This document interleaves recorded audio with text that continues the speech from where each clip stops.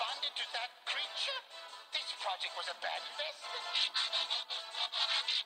おっと、破壊大帝ガルバトロン殿。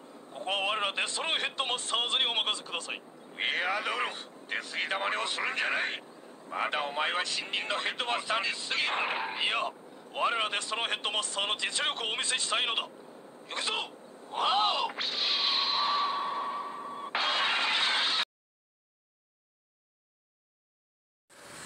Hello everyone, I am back once again with another video review.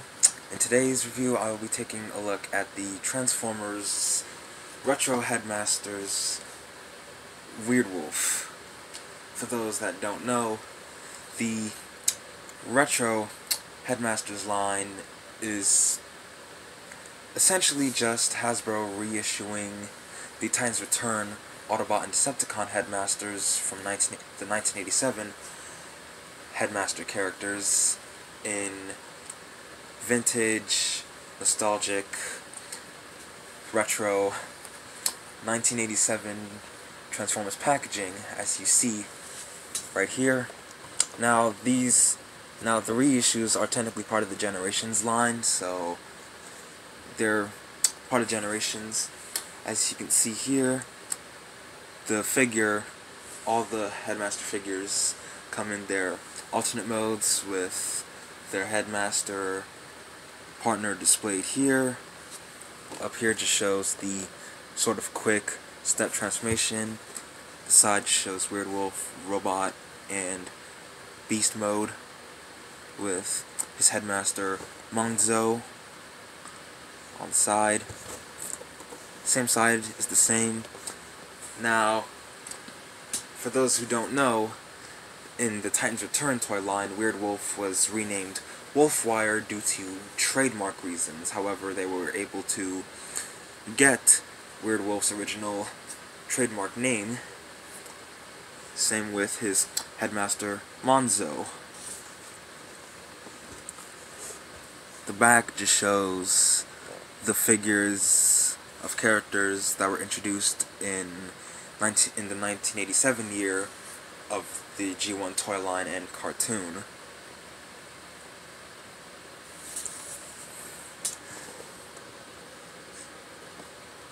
My camera can focus. Weirdwolf, his Weirdwolf's function is that of a tracker,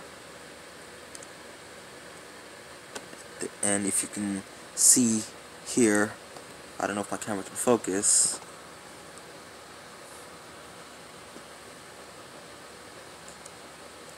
If it comes out as blurry, you might be able to make out what it says.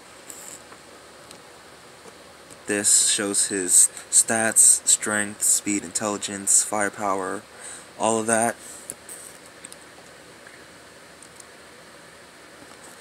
And that pretty much covers the packaging. Moving on to Weirdwolf now. And for those who don't know, if I forgot to mention this, Hasbro are essentially taking the Takara Tomy released versions of the Headmasters, the 1987 characters, and giving them head sculpts that match their appearance in the Transformers The Headmasters anime, which, for those of you who don't know, the Headmasters anime is a sequel to the G1 cartoon that ignores the fourth and final season of the original G1 cartoon. And as a result, the Headmaster characters that appeared in the self-titled show have different head designs in animation when compared to their American counterparts seen in animation. So for Weirdwolf, in the Headmasters anime cartoon, his face has a visor, while in Season 4 of the G1 cartoon, which is when the Headmasters and Target Masters made their debut, Weirdwolf has regular eyes like his original toy. So it's cool, and it's nice to see that some of the Japanese released versions of these characters are being released in Hasbro's markets. And an interesting thing to note is that Weirdwolf is done in his sort of toy color scheme, his original G1 toy, when compared to his animation model from both the cartoon, the G1 cartoon, and the Headmasters anime. So as you can see here, I have his partner Monzo riding his cannon, which can be placed onto his back via these slots, and this section right here just tabs in there, although it's very loose on my copy. However, the underside of Weirdwolf, where his belly is, there is the obvious 5mm peg that can plug in here, and of course if you want to have that look, that means you'll need Monzo to sort of fit inside of here. Now it's a personal preference depending on how you want to display the figure, whether you want Monzo inside of Weirdwolf or you want Weirdwolf's blaster with Monzo riding it. So you can just close that up and have this look going on.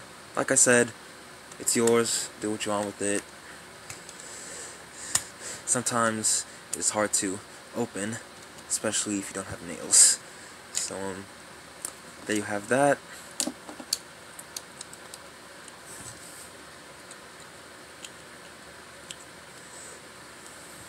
Close this back up. He's pretty well detailed to both his original toy and his animation model, and it's close enough. White for the head, white for this section, red for these pieces, white for the tail, which will become his sword, red eyes painted, as well as some internal detailing in the sides right here, though this side just shows the obvious screw, unlike this side. And his shoulders for robot mode and beast mode have a Decepticon insignia on each side, with the main insignia on the chest and / underside.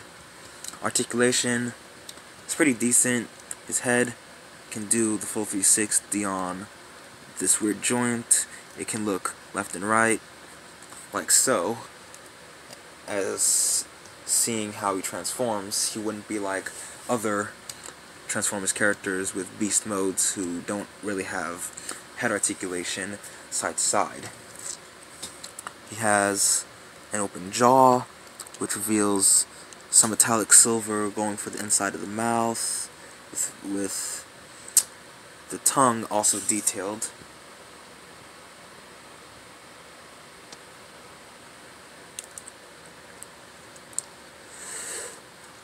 And the articulation for beast mode also applies to robot mode, so the shoulders are on ball joint, can do the full rotation out what will be his elbow. You can do this if you want and break the beast mode leg, the front leg, ball joint at the paw. Due to transformation, it's on due to the ball joint for the transformation and the hinge joint. It can only go forward and back like so. And however, the hind legs, the back legs, they don't have a lot going for them as they are stuck in this position. You can extend them, though that doesn't really look the best, and due to this having to be here, he has more leg articulation in robot mode, seeing as the beast mode legs become his robot mode legs. So there you have that. For a size comparison, here he is with fellow 1987 Decepticon Headmaster Snapdragon, the Horrorcon, well, one of the Horrorcons. I do not have the others, Mindwipe, Skull Cruncher, or even Snapdragon's fellow Horrorcon 8-Face, so this is probably the best comparison you'll get. And because I have him lying around just for another beast mode comparison, here he is with Earthrise double dealer. So you can see how that works out.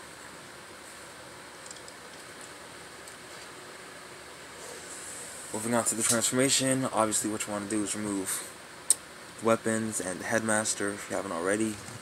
Take the tail, which will become his sword for robot mode.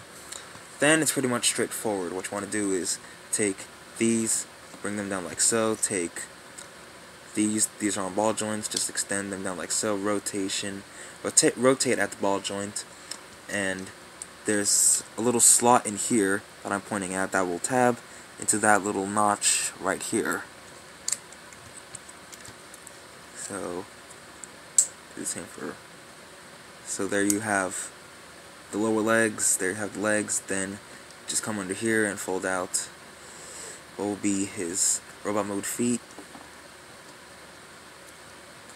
And there you essentially have the lower half of Weirdwolf complete. Then what you want to do is take the cockpit section where Monzo would be, take this whole assembly, just untab it from here like so, bring it down like so, and then we'll just clip back into place, fold this back in like so. Then what you want to do is come to here to what will become his arms, fold out that part of the forearm, fold out his hands, rotate the wolf beast mode paws to the back so they hide as arm kibble like so. Though I might have to do this on screen. Same with the other side. Though if you don't have nails, you might have to... Oh, never mind.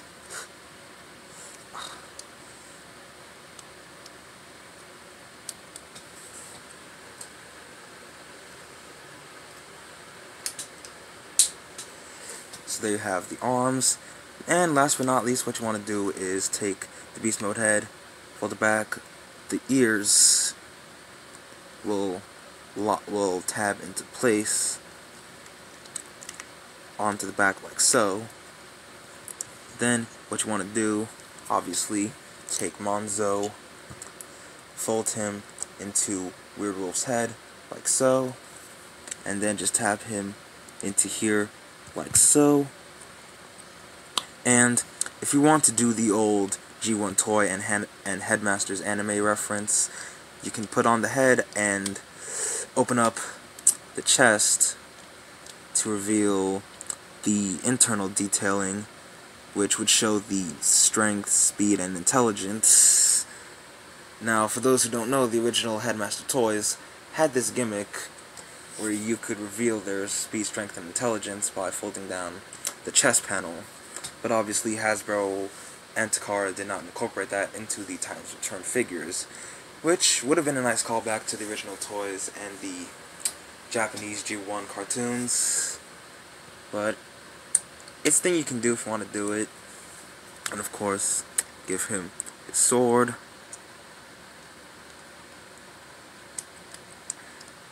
And his big gun, his big cannon. And more or less, here you have Weirdwolf in his robot mode. Taking a close look at the details with the nice toy accurate yellow and bluish, sort of blue-green color scheme going on for the weapon. He has the blue-green pieces for the shoulders. These pieces, which look like missile pods, for the shoulder pads. Yellow going on throughout the main body. Nice white for the chest outline, as well as the main helmet, as well as white for the sword.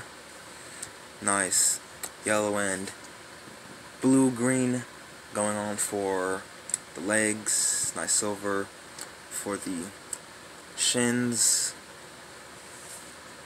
Nice purple Decepticon symbol on the chest, as I mentioned before. Taking a quick look at the head sculpt, which, as I said before, is accurate to his appearance in the Headmasters anime instead of matching his G1 cartoon appearance with. So instead of having regular eyes like the original toy and G1 cartoon, he has the visor from his appearance in the Headmasters show. Articulation, as to be expected from an old figure like this, semi-old. Head can do the full 360. Oh, I did forget to mention, well, if you already saw it, Monzo has an articulation at the head, as you saw there. Ball joints for the arms, which can go up and down, as well as, well, it can't really go out, because then you will end up popping off the ball joint. And seeing as how he transforms, he can only be in a sitting position. So, yeah, putting him back on to the body, full rotation at the head. Ah, crap. Ah, crap. Oh, shit.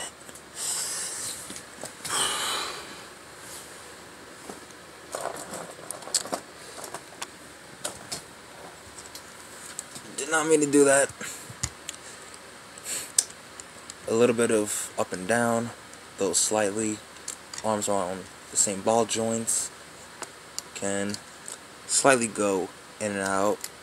Rotation at the elbow. Well, rotation at the bicep. Slightly under 90 degrees of bend at the elbow. Nothing at the wrists.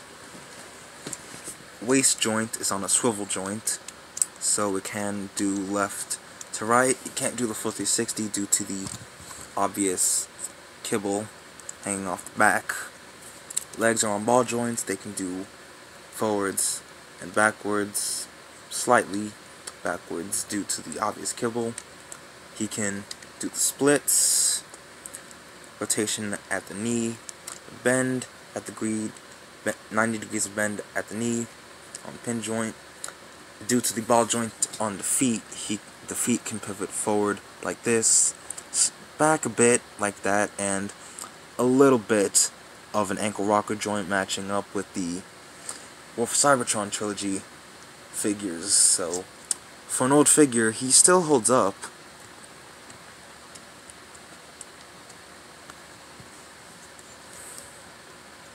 And due to the ports on his shoulders, you can put his cannon up here and whatever else on his legs. With this port right here, you can put the cannon, sword on the legs, or and do the same thing with the sword. The sword can be obviously held in his hand. It can be stored on the shoulder or on the leg due to these 5mm posts, like so.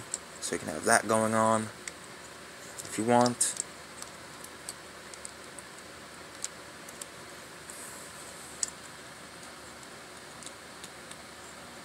And these obvious 5mm pegs do the same for the shoulders, so they're a bit better like that rather than using the main peg as you see for the hand. I mean, it still works the same way as the two on the sides, but the two on the sides actually go in all the way.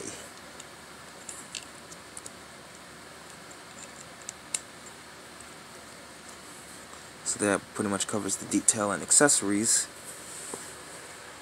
And on to some comparisons. Here he is with fellow 1987 Decepticon Headmaster Snapdragon. And just because, here he is with Kingdom Cyclonus. Now obviously, he is a Deluxe class figure, so he's obviously going to be shorter than the Horicons, as well as Scourge, Cyclonus, Galvatron, etc. All the Headmaster reissues of the 1987 Autobot and Decepticon Headmasters are all Deluxe class figures, which isn't a bad thing. They are still in scale, semi in scale, as you can see here.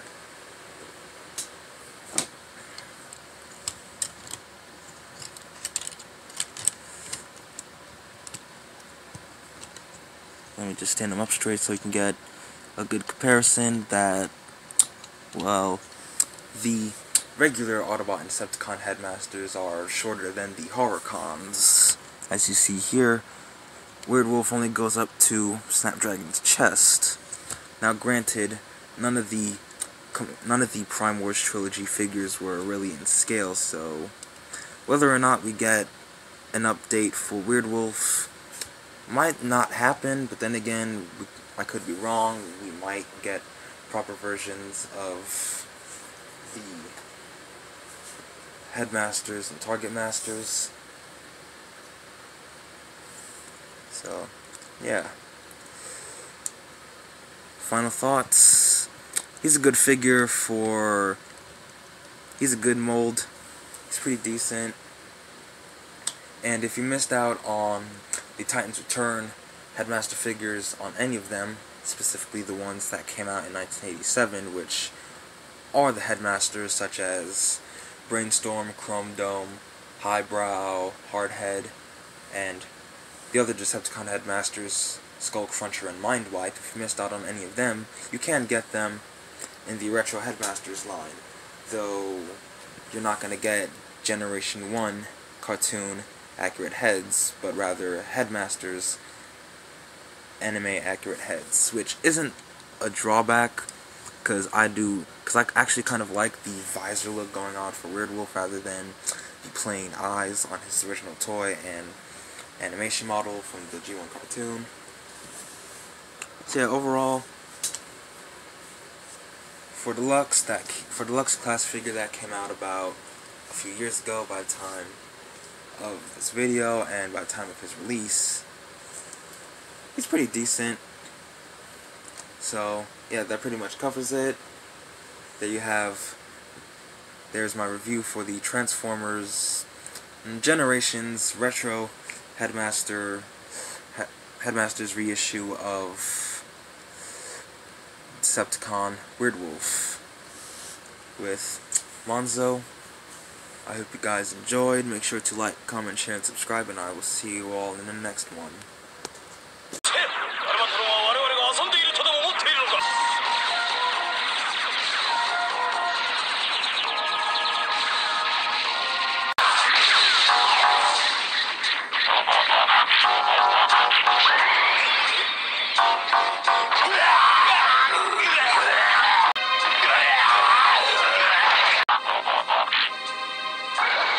バリバリ食うデストロン特製のピラニア。ピラギロンの沼がお前たちの墓場だ。